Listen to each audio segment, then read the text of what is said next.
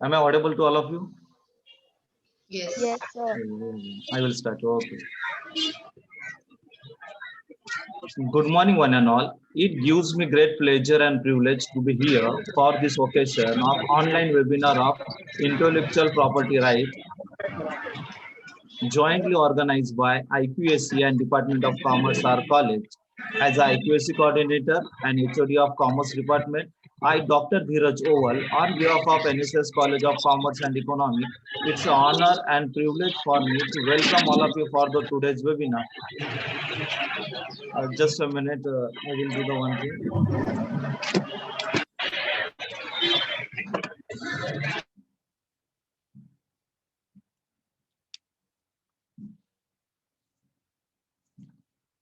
I would like to welcome our respected principal, Shamim Sayyed ma'am, today's resource person, advocate Savina ma'am, and all my student participants from our college and other college.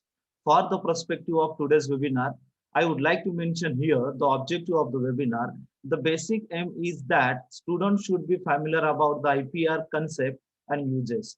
What are the essential elements of IPR? Even also at the SYBCom, semester 4, we have the syllabus about the IPR. IPR means our creative, innovative business idea, thought, concept, which are useful for the socio-economic development of the society, which are legally protected through the IPR. No one easily copy your creative or innovative thought or ideas, which will be protected through the IPR. It's a pride and honor moment for us having Advocate Savina ma'am for the today's webinar. Before starting the session, now may I request our principal ma'am to say a few words. Over to Shamim ma'am.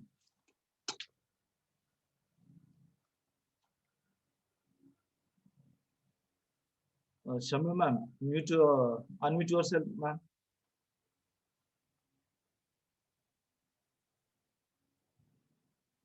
Shamim ma'am, first unmute yourself.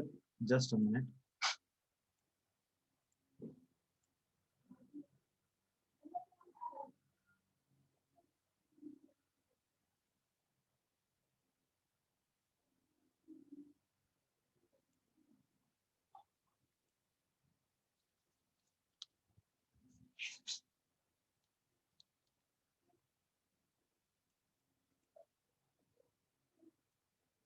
Just a minute, there is some technical error. We can wait for 1 minute, then we can start the session.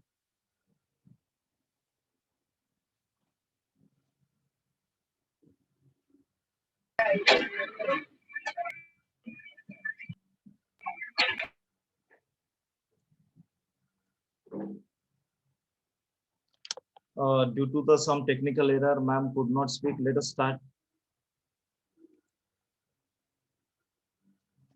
Now I would like to introduce our resource person for the today's webinar. Yeah, ma'am. Yeah, continue, ma'am. Yeah, I was not able to unmute. I don't know. There is some internet issue in the college. Yeah. So Samina ma'am, I'm really happy to have you as the resource person today. Topic IPR, and we were planning to have this seminar since a long time, and our students are waiting for your expert knowledge. So I hope we all will be enlightened with your words, and please carry forward and guide us about what is IPR and what are the rules and regulations. Thank you so much. Thank you, Shamim ma'am, for such a motivation words. Now I would like to introduce our resource person, Advocate Ms. Savina R. Crasto ma'am. As far as ma'am educational qualification concerned, ma'am has completed BA, LLM with having academic as well as industrial knowledge. Ma'am is presently working as the managing partner of Messrs. Right and Rights. It's a Mumbai-based law firm. Ma'am has been working as a law faculty for the last 8 years with the Siddharth Law College and with the Government Law College for the last 3 years and with Mumbai University for 2 years. Even also, ma'am is a vice president of the Catholic Lawyer Guild Mumbai. Even also for the research perspective, I would like to mention here, ma'am has presented several research papers in the national and international conferences, seminar, workshop. Ma'am has published several research papers in the national and international journals. Even also, ma'am has been invited as a resource person for the national and international conferences, seminar, workshop.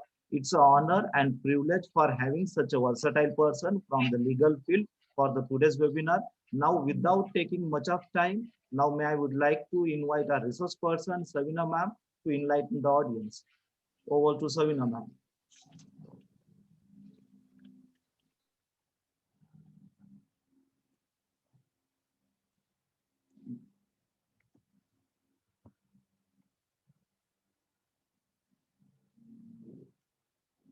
Yes, Savina ma'am, first you unmute yourself and then you can start Yes, the yes. session. Yeah, thank you.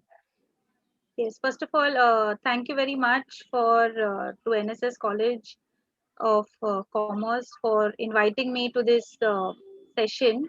I'm very happy to be on this platform, and being with students has always been a very motivational thing for me, because I feel that more than them, it is me who learns from them.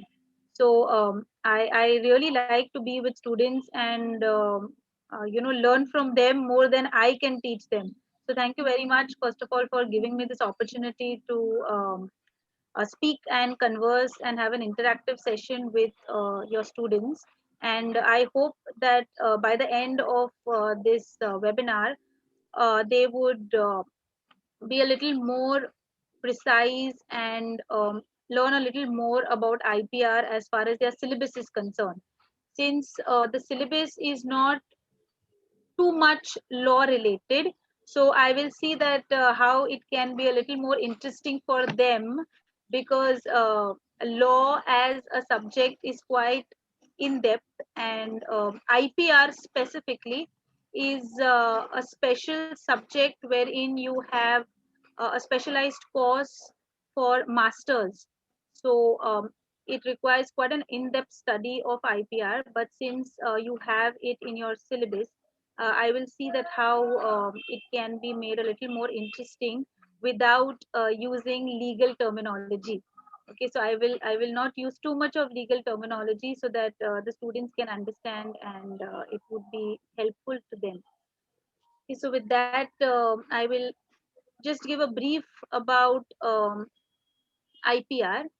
So, as rightly said by Sir in his introductory speech, basically the main thing which human beings or which diverts or which separates human beings from other species is basically their intellectual prowess. So it is the immense brain power that human beings have that sets them apart from the other species.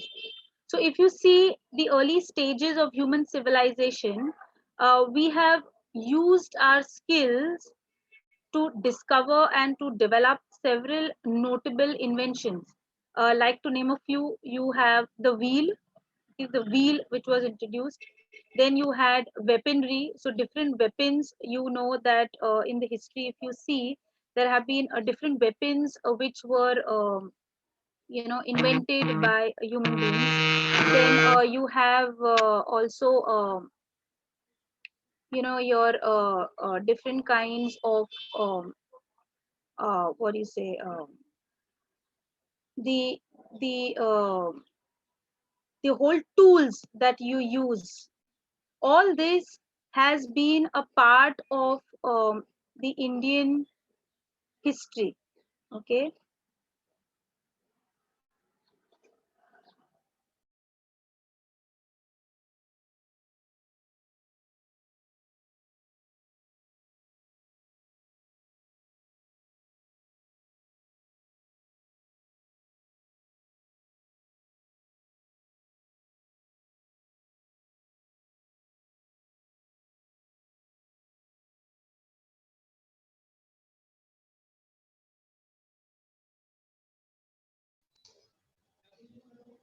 Dheeraj, is there a network issue?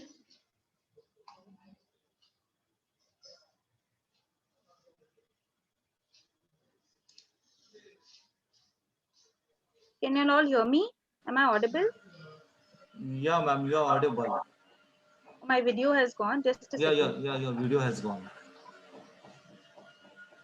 Yeah, yeah, Yeah. it's okay. Okay. Yeah. Yeah. So sorry, I don't know. The network is a big issue. Okay. So like I was saying, you have notable inventions like the wheel, the weaponry, methods of agriculture. So there are so many things or so many inventions which have taken place wherein you will see that human beings have used their skills.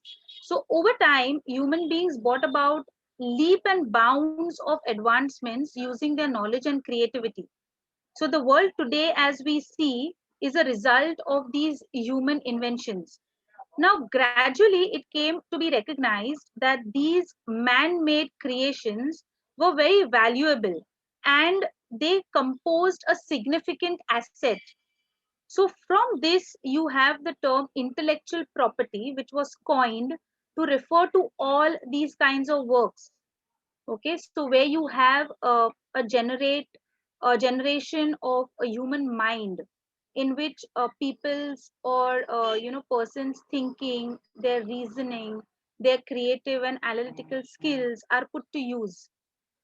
So in this way it is evident from the very name given to it that these works were recognized as an intangible property. So you'll all know that intellectual property rights are basically an intangible property. Okay, so it is the creator of all these properties that, or it is this invention or innovative mind and the result of this which is actually protected or sought to be protected by the statute. So you have different legislations which began to incorporate statutes and laws specifically for addressing these intellectual property. Now, through these laws, if you look, there is a different or different kinds of laws in different countries. So most of them are covered under the fundamental aspects. So you have statutes which lay down specifics relating to the ownership of intellectual property and the rights which are associated to such ownership. Secondly, you also have them addressed the conditions and situations under which the infringement of such rights could be said to have occurred. And lastly, if you see the acts, all the acts which are covered under IP, they provide legal sanctions. Now, what do you mean by legal sanctions? They basically provide the author or the owner of such intellectual property the right to use those that property, and in case if anybody infringes those property or that property which you are the owner of, in that case you can file a case of infringement to safeguard the right of the owner or of the author. Okay, so in India also you have several uh, acts relating to intellectual property. To name a few, or the branches covered under intellectual property is quite huge.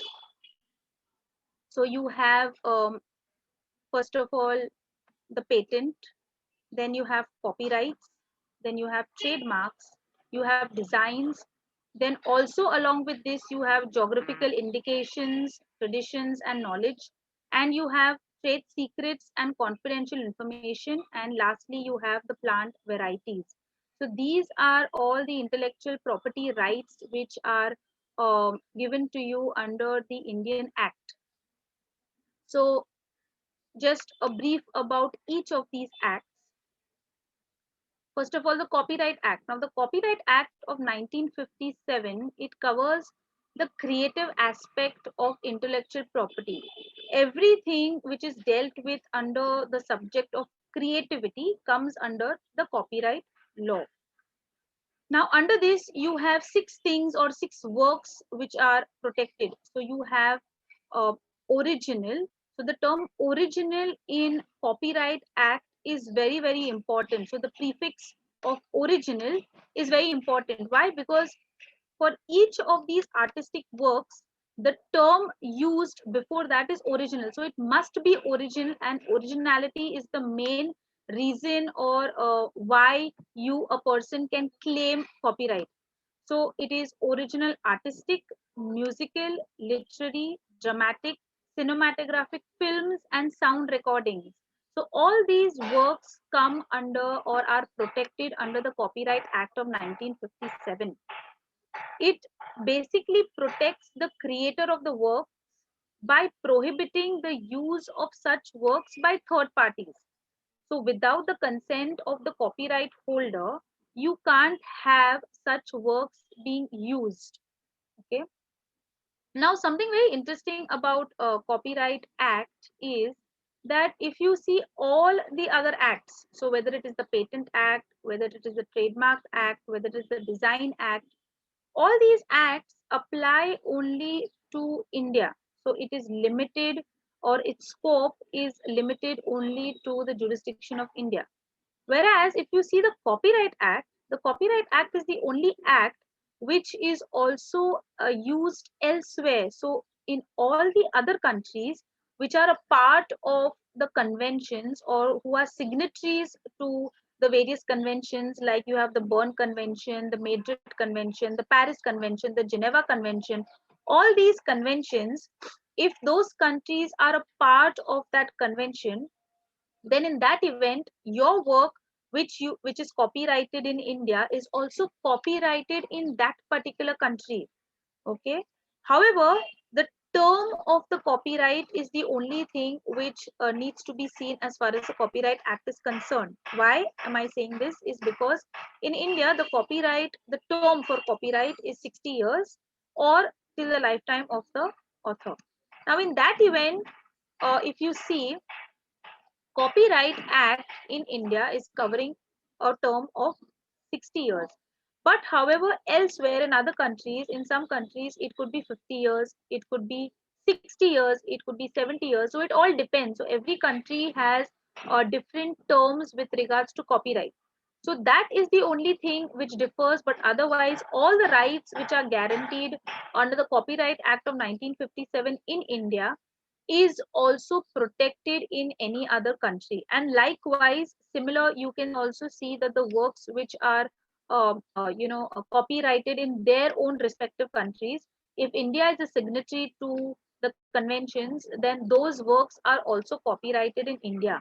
And that is why you have, or you can read different novels, different books which gain copyright in that country as well as in this country. Okay, so that is the main aspect of copyright which is not available in any other right. So any other right is not, there is no protection given as such to that right in other countries as it is given to copyright. Another thing about copyright is that the Copyright Act, uh, if you see copyright as such, you need to have a bundle of rights. So if you have one copyright, in that copyright you can have different single rights. So like for example, if you see the Copyright Act, it says the basic feature of the Copyright Act is that it constitutes multiple rights. So like for example, if I am the author of a book, if I'm the author of a book, that book has my own copyright. So I have copyright for literary works. Now, post thereafter also, if I say I want to convert this book now into a movie, or in this OTT generation that we have now on this OTT platforms, say I want to convert the book into a web series. So in that event also, I can convert the same book into a web series. Now, again, I have one copyright for the book, but again, I have another copyright for a cinematographic film because that's a separate and total different right altogether. Okay.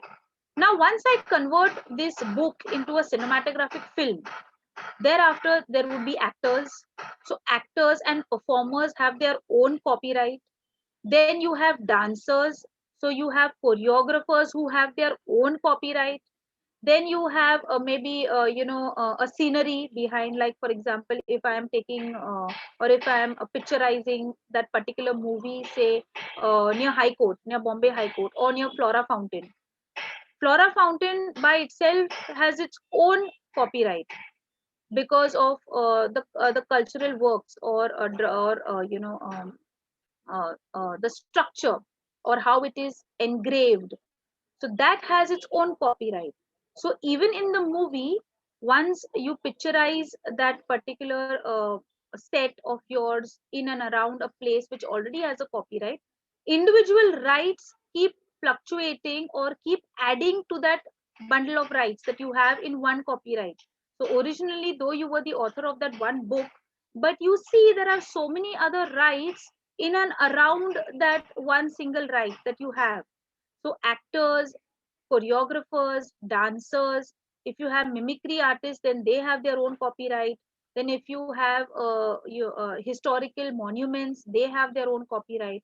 So this is the only right, the Copyright Act is the only right which has different or several rights in a single right. So that's another peculiar feature of the Copyright Act. Another thing, what I always tell my students when I teach this subject is that assume you go in, you have a friend and you have an idea with you, and you want to discuss that idea with a friend. Now your idea may be a very brilliant idea. So you decide that with your friend over a cup of coffee that you want to maybe make a movie, or you have a script in mind and you want to discuss the script with your friend. Now in that event, what happens is that over a cup of coffee you discuss this entire concept with your friend. Now the friend hears you, and thereafter the friend will say, okay, okay, it's a very brilliant idea, we must convert this idea into reality, and we should do lots of things, and we should start making this script of yours into a movie, etc., etc., etc. So you also get too flattered, and thereafter, you start working on the script and everything. Post maybe a month or two, you suddenly come to know that there is a movie already released with the same idea of yours which you had spoken about to your friend over a cup of coffee. Now in this event, you get a sudden shock and you feel that, oh, what have I done, what has happened suddenly, that I discussed an idea with my friend and now there is already a movie on based on the same script which I had in mind. So you go up to your friend and you tell your friend that, see, look, this was my idea, but you have now converted that idea into a material form and gone out and produced a movie, which is wrong. Question over here which arises is that whether you can go and file a suit for infringement or for injunction against that copyright. Okay. Now, here, what you will say, what the court will ask you first of all is that, okay, you have a script in mind, whether that script was deduced in writing or whether that script was in any material form. The answer which you may or may not give would be that no, I don't have anything in writing. It was only a concept which came to my mind and I thought that I would discuss it with my friend. Here the court will tell you that, see, look, haven't you read the law, that the law says that there is no copyright for ideas. So if you have an idea and you discuss it with a person and that person then takes up your idea and goes forth and develops that idea into some material form, in that event the court or you have no recourse. Why? Because until and unless, copyright just has one rule, it is has to be original. Okay. And secondly, it must be in material form. If it's not in material form, then in that event you can't expect any recourse or any kind of remedy from the court. Okay, so copyright is something which is very valuable if used in the proper manner. Registration also of copyright is or may not be necessary as long as you start using the work which you have made or authored or co-authored. irrespective of whether you have registered that work or no, the minute it is in material form, it comes into effect. So you need not have it specifically registered. But provided you have things to show that it existed and no one else should come and invade upon or infringe upon your work. Okay, so that's another important thing as far as copyright is concerned. So these few things, that first of all, it is recognized internationally. Secondly, it is one right in which you have several other rights. And thirdly, there is no copyright for ideas. Okay, so these are the things which you need to remember as far as copyright is concerned. Going on to the next, which is your patents. So the Patents Act of 1970 grants patents for conditions wherein, like we said that in copyright you have it for originality. Likewise, in patents it is for novelty, for utility, for enablement, and for non obviousness of that particular patent or that particular thing which you are getting patented. So there must be something to show that it is novel and it is something related to the utility of that particular product. Now, in this case, the term again over here for copyright, I told you it was 60 years. Over here, again, the term is 20 years from the date of filing of the patent application. Okay. Now, here again, you have compulsory licensing and which is covered under the Patent Act. And you also have international treaties wherein patents are spoken about, and you can file international applications also under the patent cooperation treaty. However, we will not go so much into depth about it because that's not a part of your syllabus, or it is more related to the legal aspect of patents.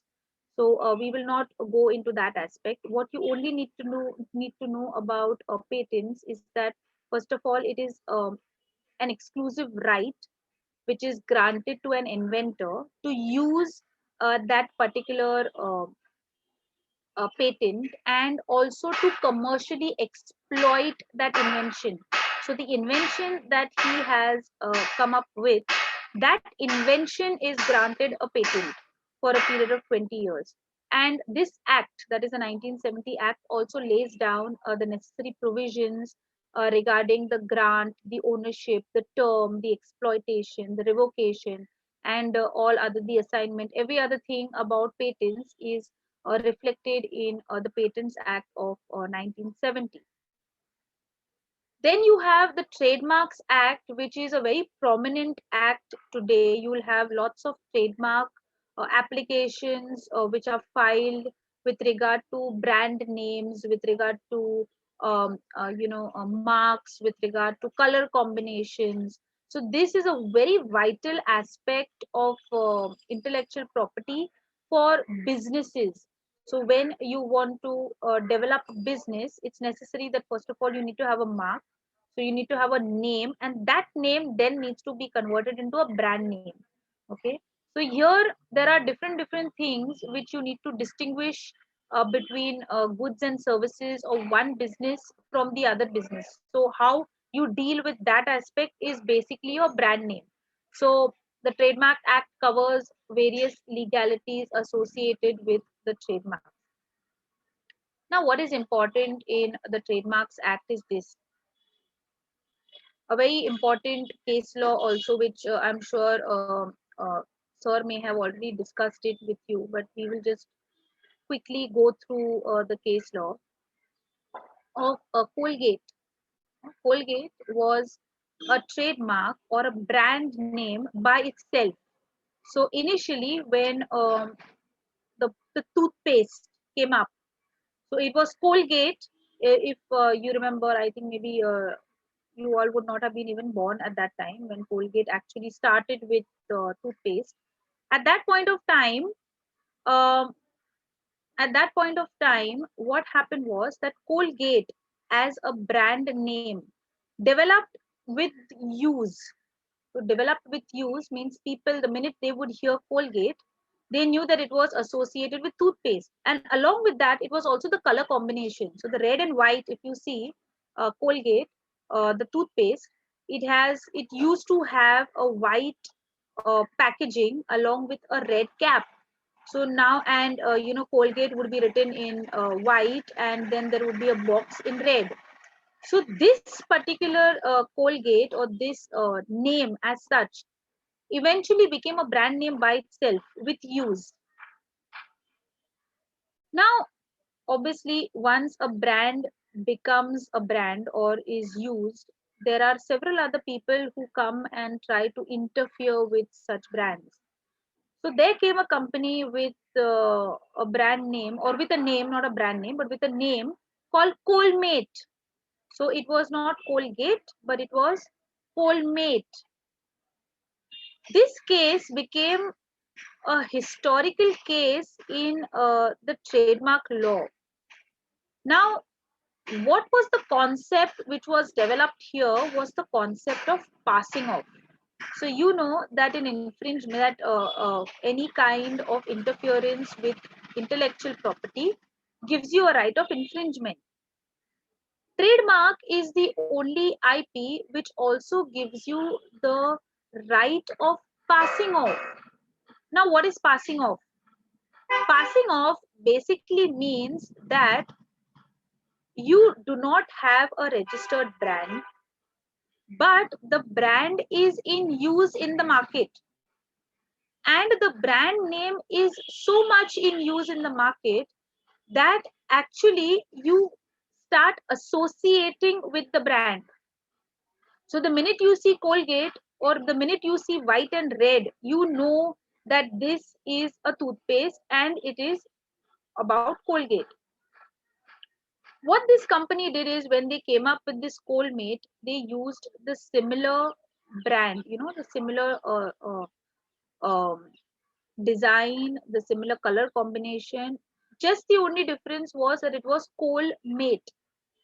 Now, when consumers see, or when they saw the brand, at that point of time, what happened was that they decided that now we don't have a registration of this Colgate, but it's a brand name. So now going for in a registration was quite late, because it was already, there was another company who had passed off, or who had used this brand name by using the color combination, and consumers thought that it was a part of Colgate because of the same color combination, the same the name. So it was also coal, so coal and this coal, it was almost similar. The court held in this particular case that when a brand name is so much in use, then at that point of time, what these other companies they do is, they try to pass off their goods as your goods. So the brand name of Colgate was basically used, or for passing off Colmate as a part of Colgate. So this concept of passing off is still there in trademark law, wherein if with usage, or if companies do not register their trademark, and it is so much used in the society, then in that event, if customers get associated with that mark, then in that event they can file a case for passing off, because infringement can only be filed if the trademark is registered. If it's not registered, then in that event you have to go for a passing off proceedings. So that means you have passed off your goods as those of the opponent, okay, or the person who has filed the complaint. So that's what trademark deals with. So you have normally a question, or a difference between trademark, between infringement and passing off. So basically, infringement are only for those products or those brand names which are registered, but and passing off is for the unregistered marks which gain momentum or gain usage over a period of time. Okay, so this is about the Trademark Act of 1999. Next, you have the Designs Act of 2000. Now, this act was implemented in the wake of the growth of industrial developments. So, there were lots of industrial developments which took place, and if you see, this is the most recent act. So, Designs Act of 2000 is the most recent intellectual property right act. Okay, and this safeguards the artistic aspect. So, the designs of industrial products are taken care of through the Designs Act. So, like for example, you can have the protection of a design, like say, to give you an example, you all may have seen the 7 Up bottle. The 7 Up bottle, the way it is, it's a simple bottle. But if you see the Mountain Dew bottle, it has a specific peculiarity or a design which is different from the other similar kinds of drinks. So if you see the design of the Mountain Dew bottle, it's quite different. Also, if you see Mountain Dew, the drink as such, it's a different color altogether. So it's a green color drink that you people may have already had a Mountain Dew, so you'll know that Mountain Dew is totally different. So initially you had 7 Up. 7 Up came up with this transparent color drink, soda based or aerated drink, and later you had different other drinks which followed.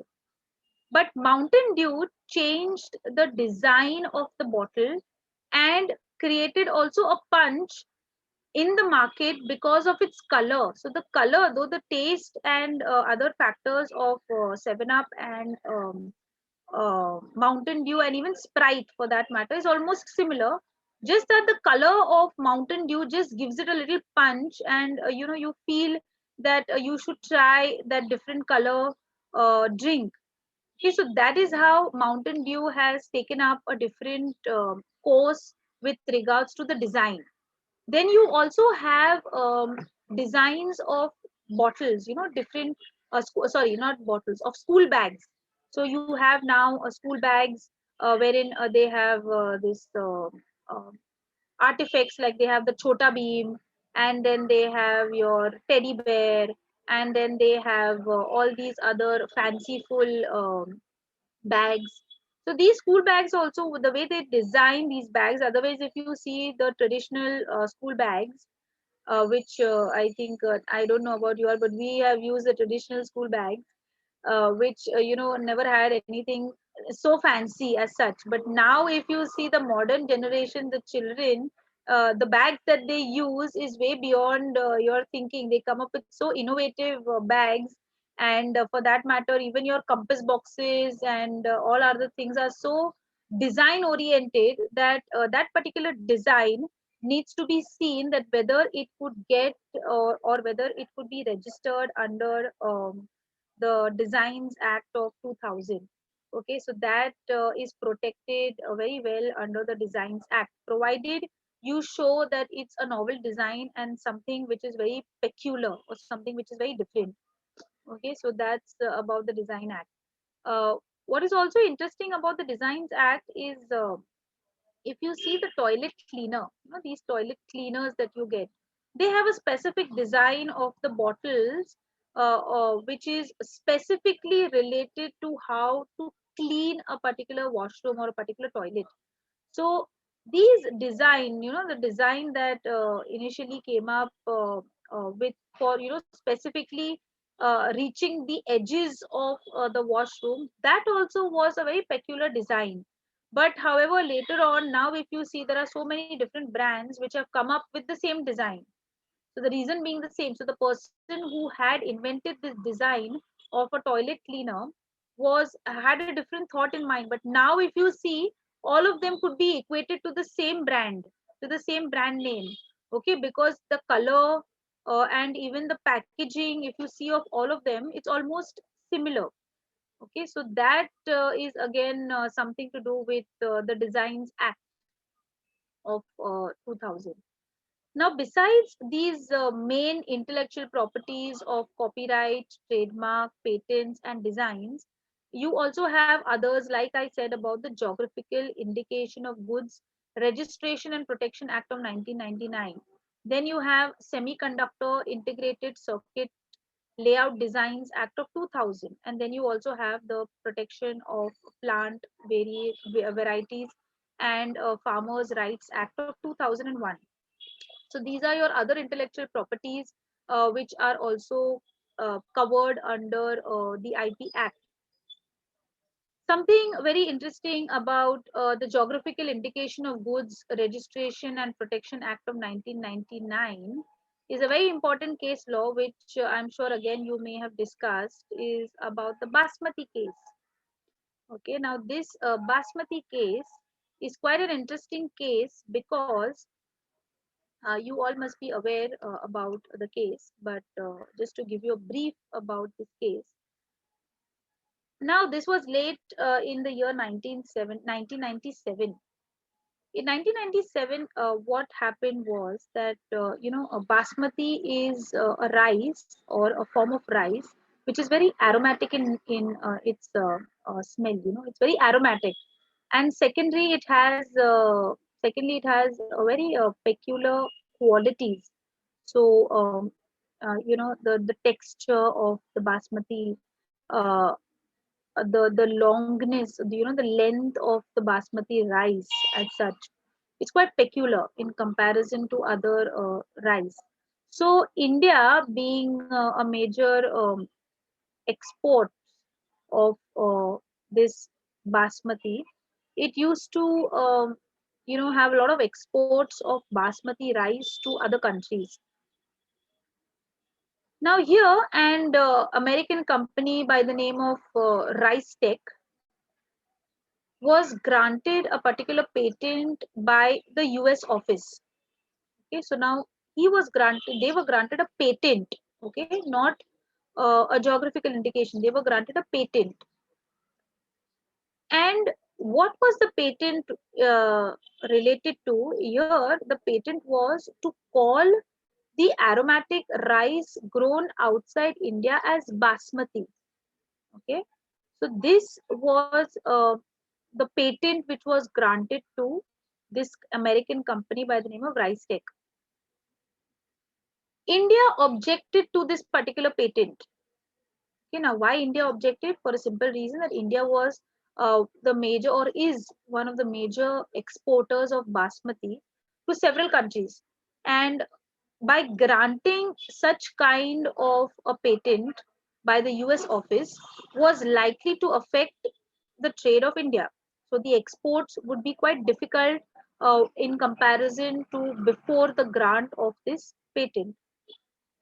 Now, basmati, as you know, that is traditionally grown in India and also in our fellow country, which is Pakistan. Now, over here, it was, sort of that granting of the patent to Rice Tech violated not the Patents Act in India, but it violated the Geographical Indications Act. Okay, and this Geographical Indications Act, or if you see, most or not most, all of your IPs, intellectual properties, are governed by the TRIPS agreement. So the TRIPS agreement, that is the trade related intellectual property aspects, this agreement was the reason for all these acts. So when the TRIPS agreement laid down these geographical indications as a subject, and in that event, when India had a Geographical Indications Act, so the question which arose over here is that this particular patent, it violated the Geographical Indications Act under the TRIPS agreement. Now, geographical indication means what? Geographical indication basically means that it is a name or a sign which is used on certain products. And this particular sign or name corresponds to a specific geographical location. Okay, so it corresponds to the location or to the origin. So like you have the country of origin, so the COO. So it corresponds to that particular location or to that town, that region, or that country. So this is what geographical indication basically deals with. So by the use of this geographical indication, it may act as a kind of a certification that the product possesses certain qualities or enjoys certain reputation, okay, due to the geographical origin of that particular geographical indication. So that means what is important here is that it's because of uh, the way that particular place is located, so the location of the place, or its geographical conditions that is suitable for that product to either grow in that place or to have its origin in that place. So it's not that it is artificially cultivated, but it is natural. It's a natural sign that it's because of these factors that this product actually grows in that particular region. Like you also have the Darjeeling tea, then you have your Kolhapuri chappals, then you have your saris, that Kanchivaram saris and all these. So these are related to specific regions. So likewise, even Basmati also, when Rice Tech came up with this application, which was granted by the US Patent Office, India clearly said that the name of Basmati for rice was derived from Indian rice. Okay. And what Rice Tech is using is basically the exported rice, which is exported by India.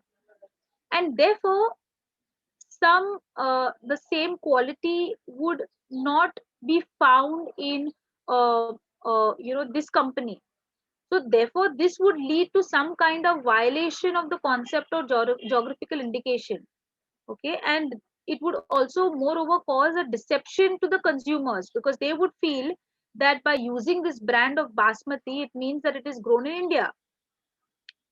Now, thereafter, this particular use of the geographical indication of Basmati was then upheld and said that yes, Basmati as a rice is grown in India, and therefore, as a geographical indication, this name can't be used by others. Okay, so that was the thing which was then granted by the court, saying that Basmati is a geographical indication, and therefore it's because of the region that it has these qualities. Okay, so that's a very famous case law on this particular aspect of the geographical indication. Okay. Then you have the others, which is the semiconductor integrated circuits. This and the protection of plant varieties and farmers' rights. This only basically deals with your circuits. So whatever is the circuit layouts, and also a plant variety. So the varieties of plants that are found, and also the farmers' rights. These are protected under these other two intellectual property. Now, the implementation of these legislations, all these legislations that we have seen, have led to a rise in the number of intellectual property disputes, and it's because of this only that now we are aware of these rights that people possess. And there have been several litigations, and in fact, in High Court, you have a specific court itself in the High Court which deals only with intellectual property rights. Okay, so you have a specific court only assigned to IP disputes. Okay, so each of these IP disputes are unique, and their contentions, the situations, all of them are totally different in different cases. So therefore, now you have specializations of advocates specifically in this particular field. Okay, so there are lots of case laws related to IP, and I would also like to discuss a few of them, because they are the recent judgments with regard to intellectual property, and I'm sure that you also would have read these case laws, and may have, if not heard, then at least you would have known about these intellectual case laws.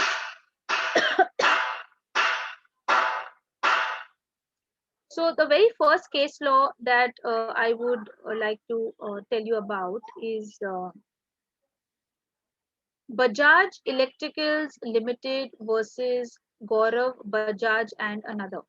So this was a specific case law related to, now you all know Bajaj Electricals Limited. Okay, so they are basically an electrical a store. Okay, so what happened in this case was that here the defendant, that means this Gaurav Bajaj, this particular person had two electrical stores. Okay, now if you see his name, his surname has Bajaj. Okay, and Bajaj Electricals Limited is not related to any surname as such. Okay, that was their brand. So this man by the name of Gaurav Bajaj, he had two electrical stores by this same name, Bajaj. Now this person also used this expression that, powered by Bajaj. So now you have heard this in your ads that, powered by Bajaj. It's a famous phrase, powered by Bajaj. So this man also, this Gaurav Bajaj, also used this particular expression in the course of his trade. Now what the plaintiff did is, that means what Bajaj Electricals did was that they said that this name, that is Bajaj, is basically a right which we have received over a time, and it's also legally granted the status of a well-known trademark, and therefore the defendant, that means this Gaurav Bajaj, had no right to use this particular trademark. They also contended that the use of this expression, that means powered by Bajaj, it was a clear attempt to deceive the public by suggesting to the public that uh, the plaintiff, that means this Bajaj Electricals, has actually endorsed the stores of Gaurav Bajaj. Okay, so therefore, what they did, Bajaj Electricals, they filed a suit for injunction against this infringing act of Gaurav Bajaj. The Bombay High Court very rightly held that this case came under the defense of the use of a personal name. Now, what was the question here was that whether the use of a personal name can be used as a defense. Okay, this was a very important question which came before the Honorable High Court, that whether using of a surname can be used as a defense, that you are trying to not use Bajaj Electricals as your brand name, but you are trying to use your surname to promote the brand.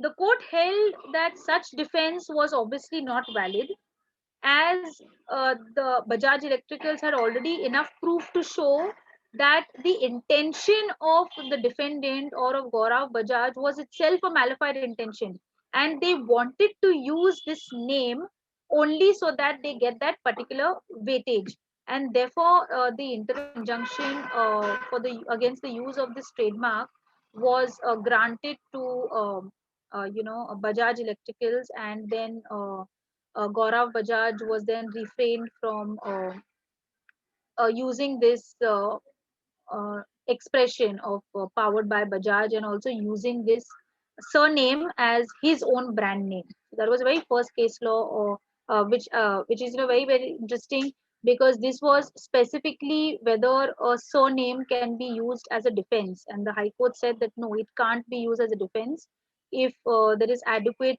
proof to show the malified intention of the opposite side. The next case law, which is another interesting case law, is Marico Limited versus Abhijit Bansali. Now, Marico Limited, is the famous brand of parachute coconut oil. Okay, very interesting case law again. What happened here is that Abhijit Bansali, he uh, he is a social media influencer. So he operates a YouTube channel of his own. Now, in this video, he posted, some kind of denigrating comments about parachute coconut oil. And this parachute coconut oil, like I said, is the product of Marico Limited. So here, what happened is that now parachute coconut oil obviously has its own goodwill in the market because of the quality of their goods, and also the way they use, and the products are also of a good quality. So in that event, these guys, that means this Marico Limited, they were quite vigilant, in seeing that this Abhijit Bansali has actually put some kind of disparaging comments about this product. And since parachute was their trademark, they they said that they had the exclusive right to use this trademark. And because Abhijit Bansali has not used, or not asked, or not approached, or not taken their consent to use this trademark, they basically sought an injunction from the Honorable High Court, saying that this person should be restrained from using this brand name, which is a trademark of Marico Limited. Again, here the court held or relied upon the Trademarks Act of 1999, and there was an interpretation of the statute, and the court held that yes, the defendant, or this Abhijit Bansali, was guilty of infringing this trademark of Marico, and he did not use it without any prior authorization in his video. So therefore, interim relief, or of injunction was passed against the defendant for removing this particular video from his YouTube channel. So this is the case law of Marico Limited versus Abhijit Bansali. Another very recent and very again you know it just took off in the media. This particular case law was Sameer Wadekar and another versus Netflix Entertainment Services. Netflix, is an OTT platform where movies are released. So this Sameer Wadekar, you all also must be knowing that he is a famous Marathi writer. So he's a writer, and along with him, there was another man uh, with him who had also written a particular story. So the case law here was that there was an infringement of copyright as far as a literary work is concerned. So this Sameer Wadekar had written a literary work. So he had written a book, okay, basically, and this book was thereafter converted into a web series. And when it was converted into a web series, obviously it was without his consent. So he said that this has infringed my copyright. Now the main contention raised by him was that there were several similarities between his work and the web series, and that he also said that he had shared his work with an individual who was a known associate of Netflix. So he said that he claimed copyright of this particular web series, and these people must be injuncted against for the release of that particular web series. Um the name of the web series was, I think, Bagul Balal, some web series. It was related with this Sameer Wadekar. So then, in that event, the Bombay High Court scrutinized both these books and both these works. That means the book as well as the web series, and they felt that the similarities as such were not sufficient to declare the web series as a copy of the literary work. So, in that event, the court held that the injunction application cannot be granted and dismissed it prima facie on the basis that the defendant, that the plaintiff, or that the company did not show that this Sameer Wadekar did not show enough proof of similarity between the web series and his book. Okay, so this was another case which it was just of last year. So just before the lockdown, this case was passed off and ordered by the Bombay High Court. So this is quite a recent case law of 2000. The next case law is of Star India Private Limited versus Moviestrunk.com and others. Now, this particular case law again was a very interesting case law, wherein you had, the whole concept of uh, rogue websites. Very interesting topic, rogue websites. So this particular term or this particular phrase of rogue websites was primarily discussed and contended upon in this particular case law. So there was there was a previous judgment also which was cited by the plaintiff, that means Star India, with regards to rogue websites. So here what had happened was that the main you must have heard this particular case law, or if maybe not the name, but I'm sure you have seen the movie Mission Mangal. This was the case law related to Mission Mangal.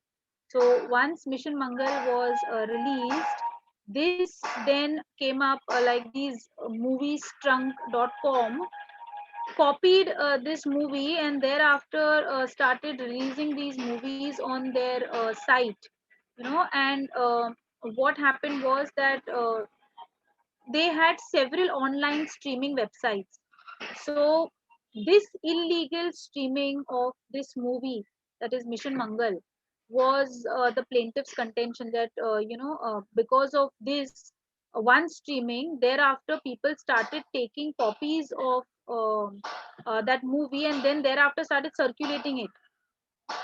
So this came before the Delhi High Court, and against and the plaintiff obviously sought the relief of infringement against the defendants, and the court very rightly observed that yes, this particular right of copyright, which was granted by the which was granted to the plaintiff, and they had exclusive right to exploit and distribute their copyrighted content, and the defendants had not at all taken the consent of the plaintiffs before making the film available to the public. So there was no knowledge and no consent of the plaintiff which was obtained before the defendants could release this on their online sites. So therefore injunction was granted then, and not only injunction, there was also damages which this moviestrung.com had to actually pay for all the content and release of this movie, which so many other people thereafter started selling it and giving it on hire. So this was a very important case law as far as copyright is concerned. And the next case law is about ISKCON. You all know specifically what is ISKCON, ISKCON. You all know that this is the International Society for Krishna Consciousness. So this is specifically a religious, a society which has been formed, and the short form of this is ISKCON. So you have your several ISKCON temples and other things related to ISKCON. So now very smartly this defendant in this case law came up with this ISKCON Apparel Private Limited. Okay, and he started selling garments under the name of ISKCON. So ISKCON was basically the brand name, and this man, or this ISKCON Apparel Private Limited, started selling garments under the name of ISKCON. So now in this event, what happened was that the defendant was basically infringing the trademark of ISKCON. And what they were also trying to do is to pass off, like I told you that there is a difference between infringement and of passing off. So what they did was they tried to pass off their goods or their garments as a brand which was associated with ISKCON. Okay, so which was a part of the plaintiff's group. So in this case, the plaintiff sought thereafter to get their mark declared as a well-known trademark. So since there was no registration of this ISKCON as such, so they then thereafter sought the permission of the honorable or the order of the honorable court to say that please declare this mark as a well-known trademark so that nobody can thereafter infringe upon this mark. And rightly so, the Bombay High Court then said that this is a clear case of trademark infringement, and hence ordered the defendants to refrain from using this plaintiff's mark. And then they also said that the requirements of a well-known trademark are also satisfied, and therefore you can use or this particular mark even though it is not registered. It is declared as a well-known trademark. So under your Trademark Act, you also have this subject on well-known trademark and what exactly are the components of a well-known trademark.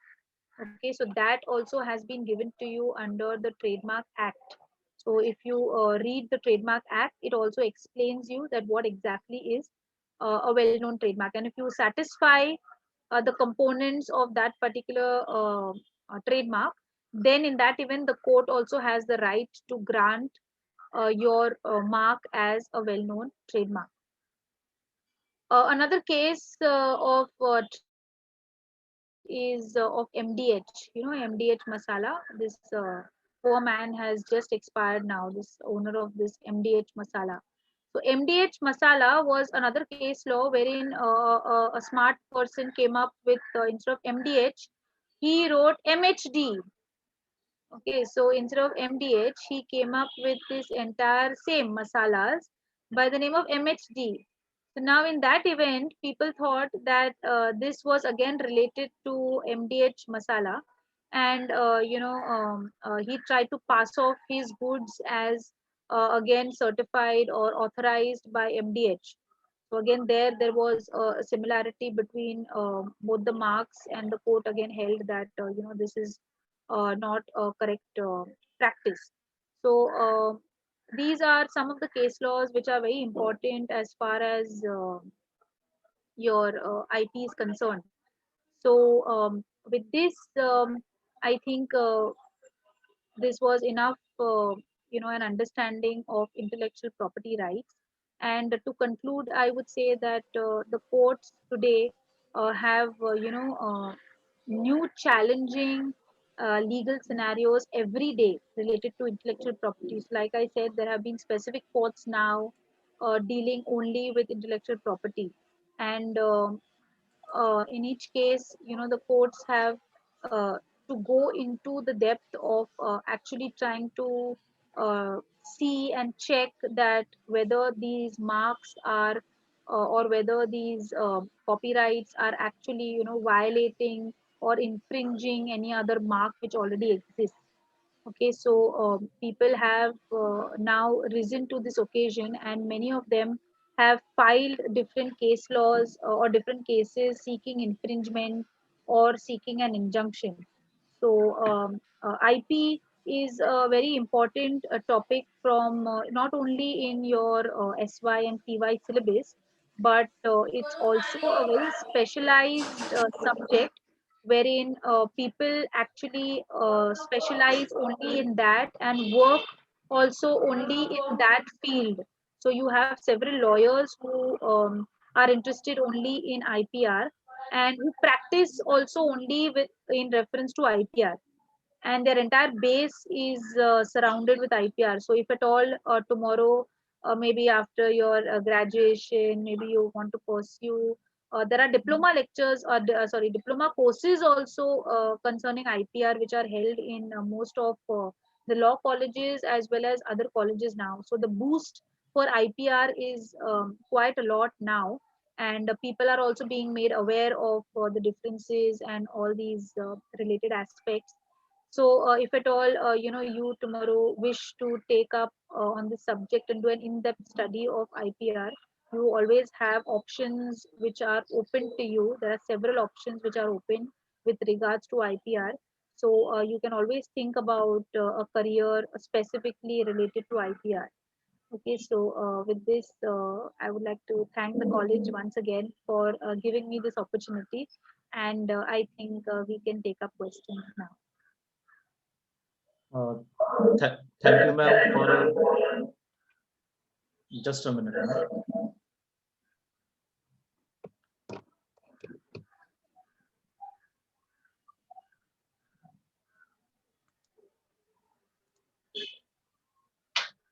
Am I audible? Am I audible? Yes, Yes, sir. Ma'am, there is a one question from TY Become student, Disha Jadhav. It's a question about related about the copyright. Uh, she Yes. asked question about the work of the copyright or business idea, creative thought. It should be in a written format, or it should be even also registered with the IPR if you want to take a legal action. Against a business idea, she's asking Yeah, yeah. specifically with regards to business idea. Yeah, so now if see, the only, like I said, in copyright, the only thing that you need to know is, first of all, it should be in writing. So even if you have a business idea, and if you feel that you want to take it ahead, then in that event, what you need to do is you need to have some sort of a sketch about what you wish to do, which should be in writing. So if it's an idea, that means if it is something which can't be seen, then in that event, copyright obviously does not vest with you. But the minute it is deduced in writing, then in that event, even if it's a page, so irrespective of whether it is like a contract as such, but even if it's a page having your idea in that, then in that event also you can seek a copyright of that particular idea, provided you can prove that that idea was written to you on that specific date, and it was before the other person who violated your idea actually used it. Okay, so you need to have enough evidence to show that the idea was yours and not of someone else. So it's always good that whenever you have any business idea, that along with discussing with your friend, you also lay down the terms of confidentiality between you and the opposite person. So even though it may not be a legal document as such, but it should always be an understanding which you can keep for a future reference. So it's always good because under copyright law there is specifically no copyright for ideas. So until and unless copyright is not or your work is not deduced in writing, there is no copyright for it. So even if whether it's a business idea or whether it is any other idea, it has to be in material form. Thank you, madam. If student, if you are having any question, any doubt, please type in a chat box.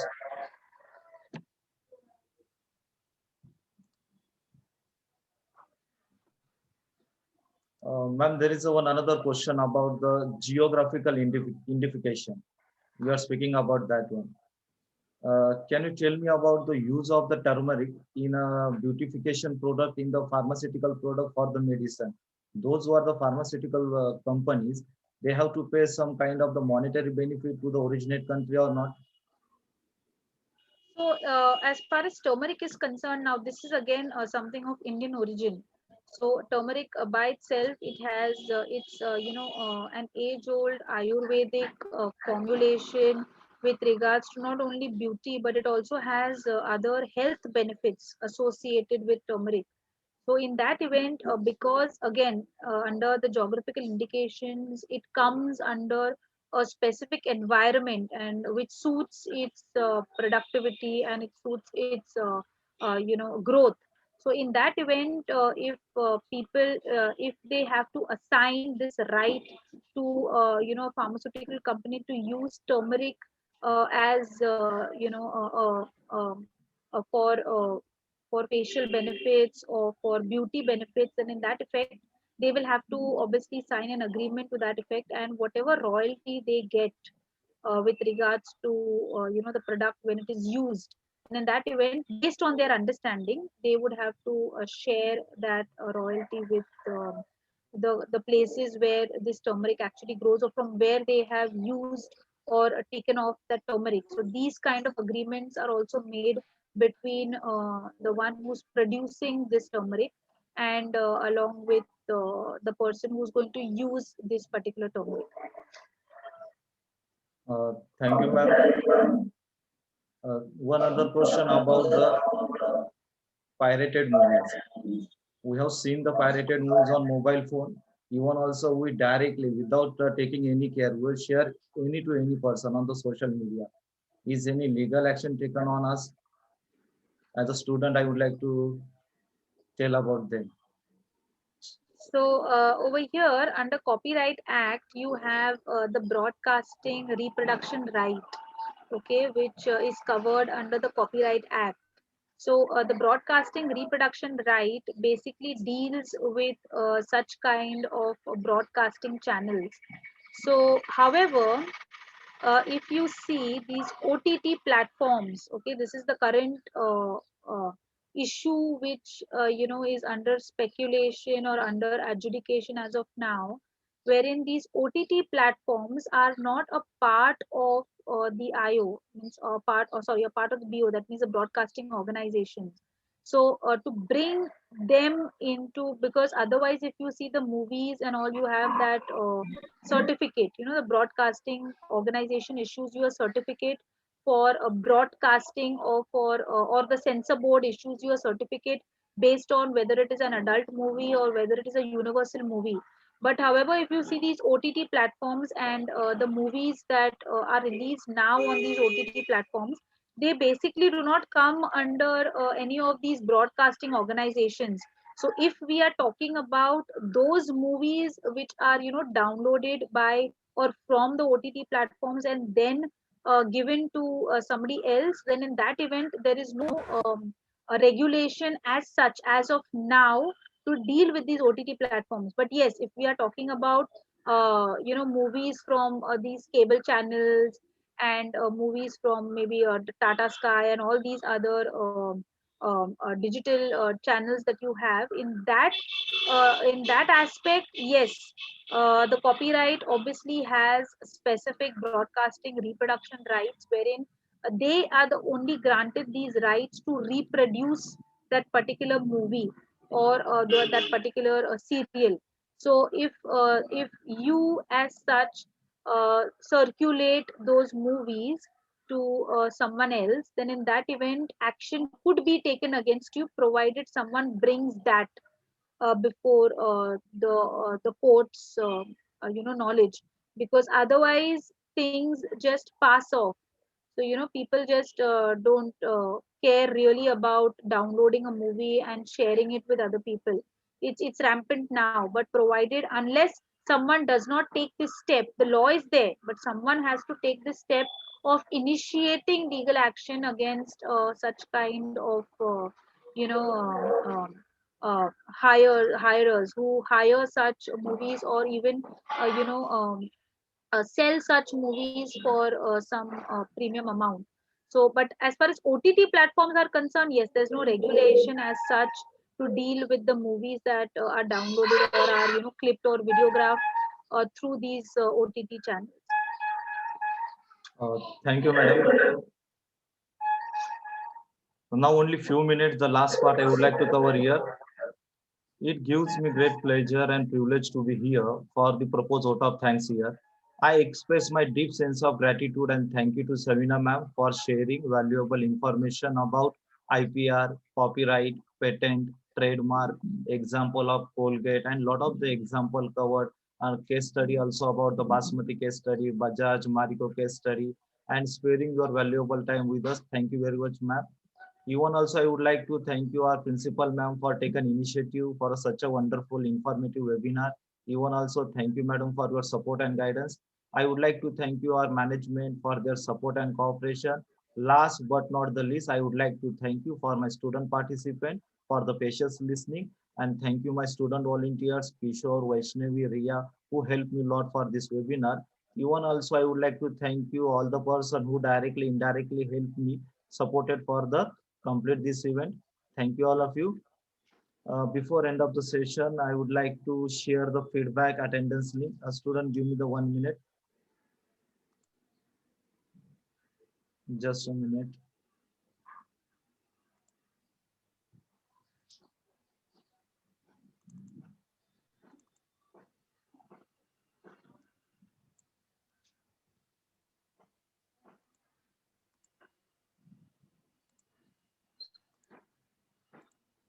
Students, see the chat box. I have posted attendance come feedback link.